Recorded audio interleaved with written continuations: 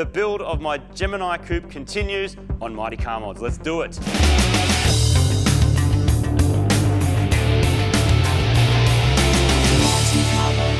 Welcome to another episode of Mighty Gemini Mods, where we are restoring my 1978 TD Gemini that I got from Japan. My first car ever was a Gemini. One of my first jobs ever was delivering Domino's pizzas in a Gemini, so I'm going back, I'm doing it properly, both the car and delivering the pizzas. I got some people coming to help me today. I got a trimmer called Brad who's coming, and also Darren, back over from WA from Just Geminis, who's going to give me a hand getting this thing back together. We're into the weedy details now, all little bits and pieces that go places that I have no idea. So I'm going to get their help. We're going to smash it out. Let's go. Darren's going to work his magic with the heater boxes and restoring them. How do you do that?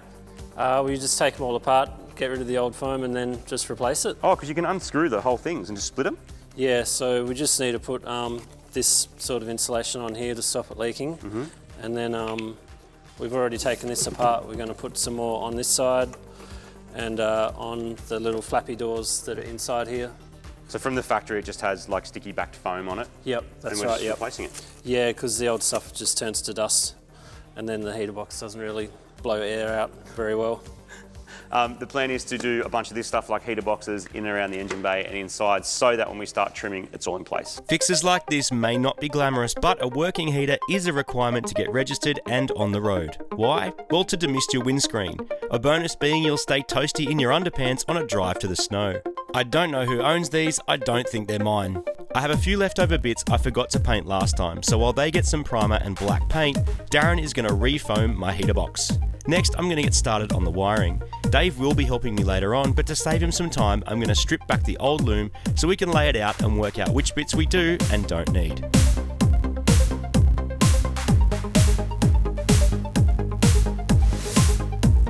I've been stripping back wiring so we can be ready to plug everything in and then remake our wiring loom.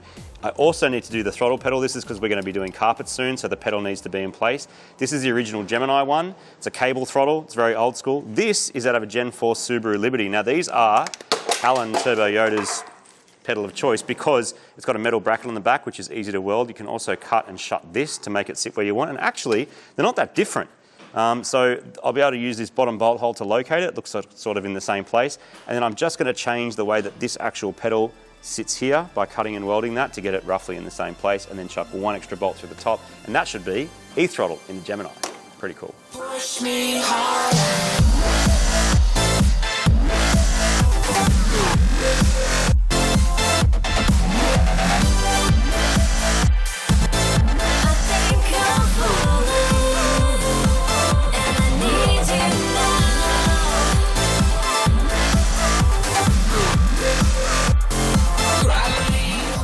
The pedal is looking excellent, and now my mate Brad has arrived to work his magic on the trim.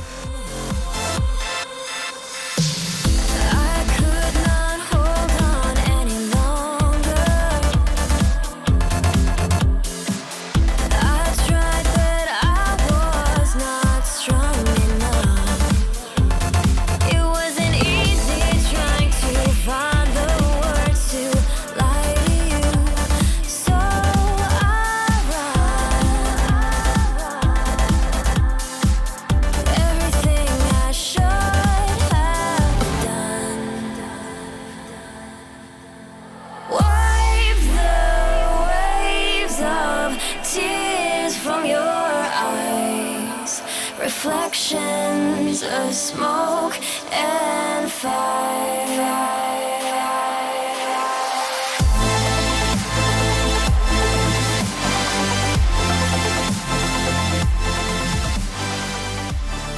Next up, we are going to try and refit the glass. I've actually got an expert glass guy along to help me. I realise you can just fit these in with a bit of string and that's the trick, but I don't want to risk leaks, and I also want to learn from someone who knows what they're doing. So we've got new seals, which is great. So these old ones are pretty crusty. Then you go straight in the bin, and then we are going to put some nice new seals on these and slap them in the car.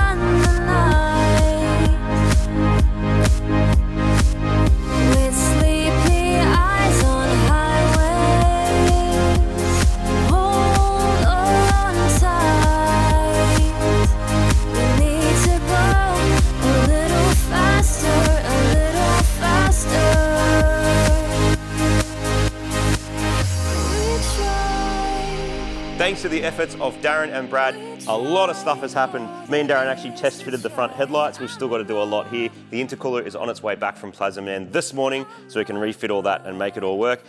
The bit I'm very, very stoked about is that the inside is coming together. Now, when I bought this car, one of the best things about it was the interior. Gemini's normally, they're this old, they're normally very thrust. Look at that. It looks brand new. And that's just the door trim, just reattached with all the sound ending in there behind there. I made some new clips. We've got new rubbers, so it's basically brand new. The inside's done. Brad did an amazing job trimming and fixing all the trim. I'm just blown away by his skills. We've got a parcel shelf, our rubbers, front and rear windows, and all these sort of B-pillar trims. You can't even tell that it's been done. It just looks so good. So today we're going to continue lots of small details that make the car. I'm going to start the wiring. Dave from Haltech's going to give me a hand with that later on. I'm going to get it started. He's going to finish it. And we're one step closer to a running Gemini. I think there are a few moments where your project car build can stall. One is paint and the other is right now. The reassembly of lots of parts that on their own don't make much difference, but are necessary to get the car back on the road. The costs for this stuff can add up quickly as you discover things are worn out or broken. That effort that you put in cataloguing parts as you strip the car pays off now as you aren't hunting around the shed or marketplace trying to find replacements. It's also when you discover that some parts just will not fit or will require extensive mods to make work. It also turns out we somehow ended up with incorrect rear shocks, so we're swapping them out. I've struggled with the radiator on this car and it's gone in and out at least 20 times and I'm still not done. The plan is to get as much in place as we can before Dave arrives to wire the car and install the ECU. Intercooler is back from Plazmaman. It's been welded, had its mad badge put on.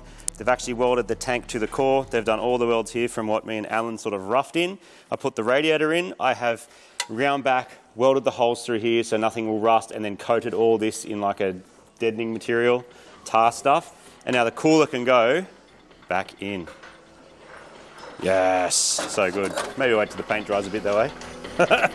The back of the Gemini is looking a little bit bare, so Darren is going to install the rear tail lights and surrounds.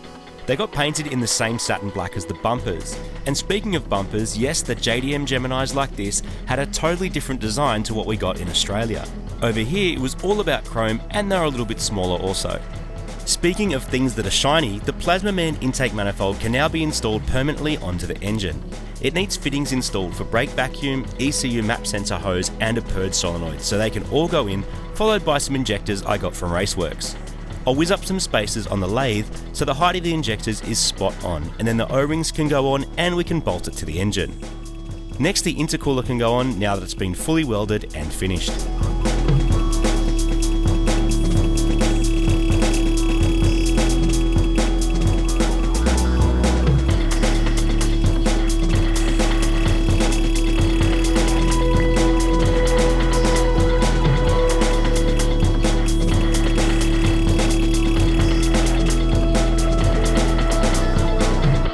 We have made some excellent progress. I've also got the intake manifold on for good, injectors in, radiator in for good, front mount intercooler all welded up and in for good, looks amazing. Front of the car's all welded and repaired and all through here where it was potentially gonna rust. That's all done, and a whole lot of painting has also been done. So now the next big step is wiring and also an exhaust. So that's two other things that I will get some friends to help me with. I am going as next level with this as I possibly can, and that does mean calling some favours of some good mates to just make it that little bit better. I'm very happy with the progress. I'm very excited to get it started and running. The Gemini needs a fuel tank. Now, the original cars, they're carby, they're low pressure, they're very, very simple and easy. I'm running EFI, I'm running high pressure fuel, and for that, I'm gonna put an awesome fuel tank in the thing. Now, I actually used one of these in our Brumby build. It works so well. I met Hanny recently, and he makes fuel tanks, so let's go and have a look. I've hacked up plenty of OEM fuel systems to get them to work on the cheap. But for a car as special as this, I'm going all out on a brand new custom-made tank that will reliably supply all the fuel this car will ever need. Oh, look at this. Before and after? After, yeah. Is that how it works? Yeah, so pretty much beginning of it starts with a 3D scan in the car. Yep. Gets modelled, obviously, so everything's pretty accurate. Got to start with a good car. So you guys do it in CAD? Yeah, have to. Oh, right. So this is CAD design? Yeah, CAD design. It's even CNC cut and bent. Oh, man. So yeah, it just eliminates as much human error as you can, just to get it more consistent. Why tanks for like old school cars? Why did you find that was the first thing to do? Because they're older, they rust out easier. Yeah. So they need to replace them a bit more. A lot of people are pretty much building a lot more of these old school cars. Mm-hmm. So they need bigger fuel requirements. Obviously, bigger fuel requirements means new pumps. Instead of running the old surge tanks out of the standard tanks, and just obviously you got the hanger. Yeah. Hanger's got the outlets on it. Like You this. pull it out, yeah. This is your hanger design as well, right? Yeah, so a friend of mine from Motorsport 3D helped me with the design and manufacture of them. Yep. Essentially, you can hold 3 pumps, pins instead of stalks. Yeah. Obviously, the inlets and outlets. And the thing is, it's a welding ring with an O-ring. So it doesn't have a bolt-in plate with a cork gasket and then a O-ringed sort of plate. So you basically get it folded up, you weld the whole thing. Yep. You put the different fittings on depending what everyone wants. Yep. And then what else happens to get it to this stage? Pretty much gets powder coated. So we powder coat it. Obviously install the brand new fuel level sender. It's a solid stainless rod type, not a arm type. Yeah. So this is something that'll be used in a lot of marine applications. So they're used to a lot of jumps and bangs, and it's got a billet neck. It doesn't look like it has a mount, but that's because the factory one doesn't as well. Yep. So it's obviously to get easier in and out than a factory tank. Yep. It's got the ORBs one. Obviously you can use one for a breather, one for the overflow in the tank. Yep.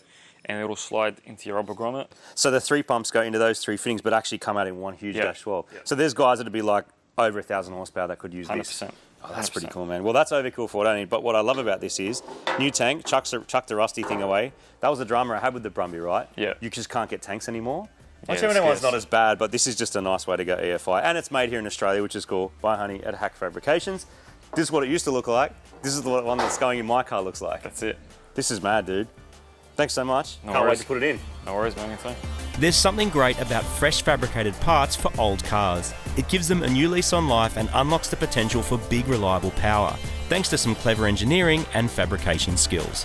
There's no getting around the fact this is an old car, and old project cars suffer from old car things, which can be stuff that doesn't work, electronics that don't work, wiring that doesn't work. The Gemini falls into that category. It's not that old, so the wiring loom is still usable from what I've seen, but I'm going to replace a bunch of stuff, and the way I'm going to control that engine and that turbo is with a Haltech Nexus R3.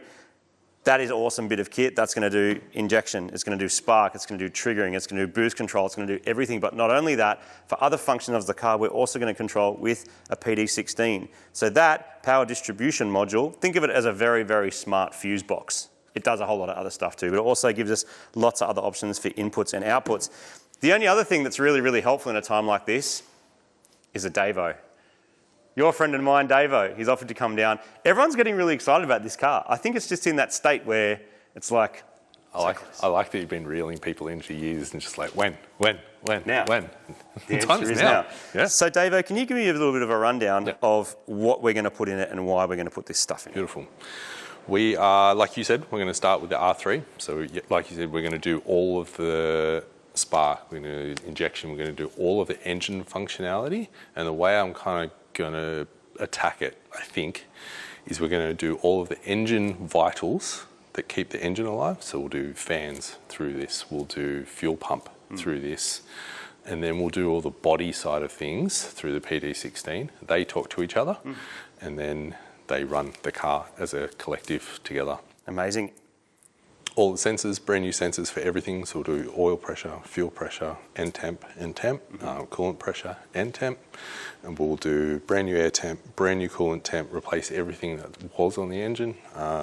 Ignition upgrade. Coils, yeah. Fairly substantial. Yeah, absolutely. Compared to what you would have had. So we're going to go coil per plug. We already put a triggering system on the engine when we built the engine. You might have seen the little trigger wheel on the front. So we've got that on the front and then a sensor at the top so we know where the cam is and where the crank is. And that's what tells the Haltech when to make this go bang. Correct. Full sequential, direct fire. What else we got? Boost control. So we're going to do boost control. You can have your keypad control. So you can do a quick boost control up, down. You can have like 7 different modes or 4, depending how crazy you want to go. We'll hide that nicely. Nice and discreet, so it's just sort of away and it keeps the character of the car. So this is all new. Obviously, we've got a wiring loom here. We've got a PD16 wiring loom. Let's go and have a look at the wiring. Rear wheels, fuel tank, through the middle of the car. Not much happening in the middle of the car. Then that looks like what goes in the dash. That looks like what comes out into the passenger guard, and that's what goes out into the driver's side. So you've got your headlights and you've got all your other things in there. Yeah. And I stripped all the tape off so we could sort of lay it out and see what we can get rid of and what we can update. Yeah. What I would like to do, because it's going to save us I'm going to say probably about a week. Really? And that's substantial. Yeah. I reckon we'd keep all the back stuff because realistically, there's nothing in here that's going to be too much except for the fuel system. Yeah, fuel system's going to demand more than what this can handle. Correct. Okay. So we'll run something else with this, which is a bigger wire. We'll do that maybe from the PD16 because it's got the longer loom. Sure. So we'll do all that to the back of the car. We've got spares because obviously we've got an old fuel pump wire, yeah. so we can utilise the spares for anything else that we want to do. There's window demisters in here, there's all that circuit in here, so I think we'll just save ourselves probably a day of wiring. Yeah. Because you can remake that. If you've got a really old project or something where you 100%. don't have a loom, you can make this from 100%. scratch. And that's what I came here with a mindset of doing. Yeah. And if this wiring was all really old and baked and Correct. broken? The fact that this is still so flexible, Yeah, okay. you can do that. If you do that with some of the looms that I've seen come out of cars, they just crack and fall apart and would make a mess. So I guess this is late 70s, but the car's had it's had a good life. a good life. This is all inside, so you can tell that it's just a whole different. And interestingly, the interior is in good condition, meaning that it hasn't been sitting baking in the sun. Exactly. Whereas this stuff that's sat in the engine bay, particularly this side, because this side over here, this is all on the exhaust side. Oh. So it's all baked and just a little bit more brittle and harder, definitely when you get down to the alternator side. So delete that. I reckon to keep it looking really, really nice, like it is currently, I reckon we go from here and delete. We could probably make a 6-hour video on wiring this thing from scratch. 60. 60. It's going to take 60 hours, isn't it? But we're going to just show you the highlights, the best of how to get this done, and particularly once it's finished, give you a really good rundown of what it looks like to show Dave's amazing handiwork. And I'm excited about this bit, actually, because this means when this is in and the thing's full of fluids and the fuel system's plumbed, it's ready to start. What's crazy about what we're going to do, it's not hard.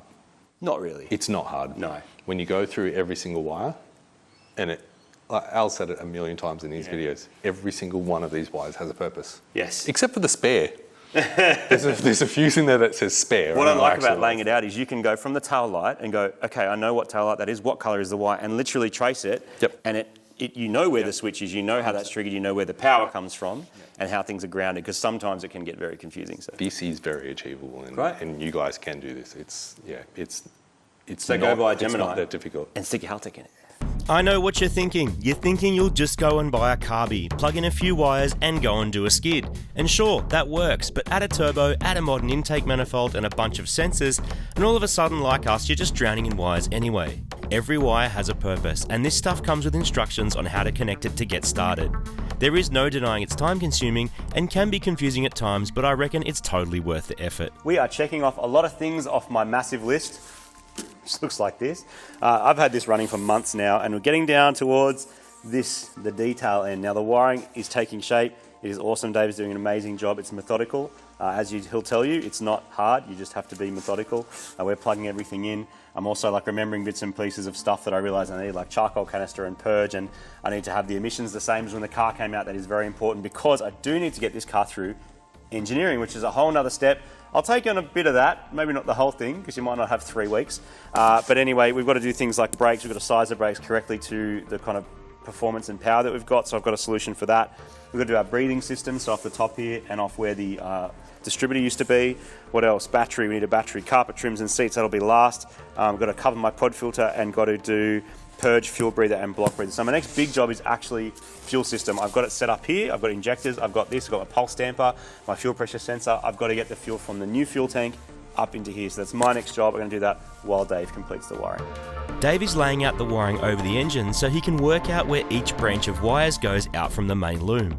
He can also then estimate the length and cover and protect it, then finally terminate it with plugs. It's a tried and tested method and it comes together pretty quickly. We've made a heap of progress, so now it's time for Dave to have a day off while I go and get an exhaust. I'm here to see Chris, Dave and Dugan at Castle Hill Exhaust, and guess what's happening, people? A beautiful 3-inch stainless steel exhaust the whole way from the dump all the way to the back of the car. I'm so excited to see what Chris comes up with, because this exhaust, I just have this feeling, is going to be excellent. They say that art doesn't require explanations, so I'm just going to let this one run.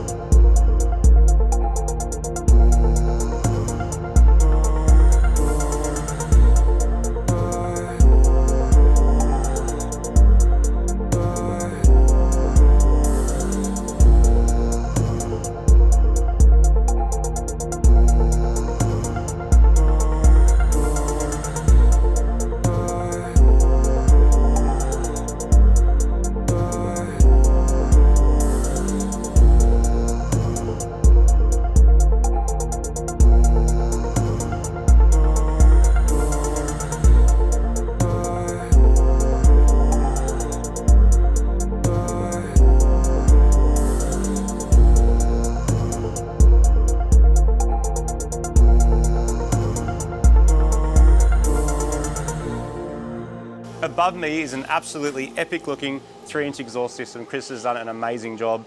I just enjoy looking at it because it's like a work of art. Anyway, I'm going to do some of the welding on this V-band just so I can get some practice in, and also using Chris's gear. If you get a chance to use someone who welds all the time with their gear, have a go, because it can kind of give you an idea of what it should feel like if you can't quite fine tune your own equipment.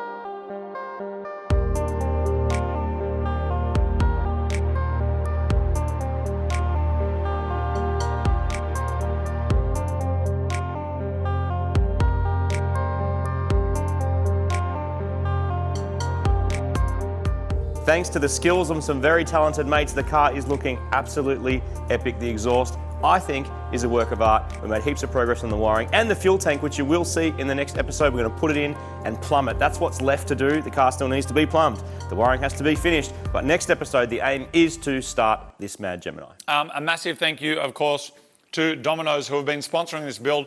We're going to be making Australia's maybe fastest and most definitely coolest pizza delivery vehicle, which I can't wait to maybe join Marty on one of his old routes delivering pizza around the Sutherland Shire. If you're wondering where I've been, by the way, I've been a little bit overseas, but now I'm back and I've been working on that, on the hoist. So we got to hang out because there's actually 2 cars being built in here at once, which is pretty good. And all the wiring is all real small stuff, like it's all very fine work, so it's kind of hard to show, but there's heaps of progress that's been made. Dave is coming back. He should be here later today. We're going to keep kicking on. We're going to keep showing you what's going on. And yeah, soon hopefully started and then on the dyno. You have one ingredient and I have one called the lot. Grab yourself a poster, limited time. While you're seeing Gemini episodes, you'll be able to get this poster. Once they're done, they're done. So a couple of weeks to go, maximum amount of time, and that is the Gemini poster. Hope you enjoyed the show and see you on the next one. Bye.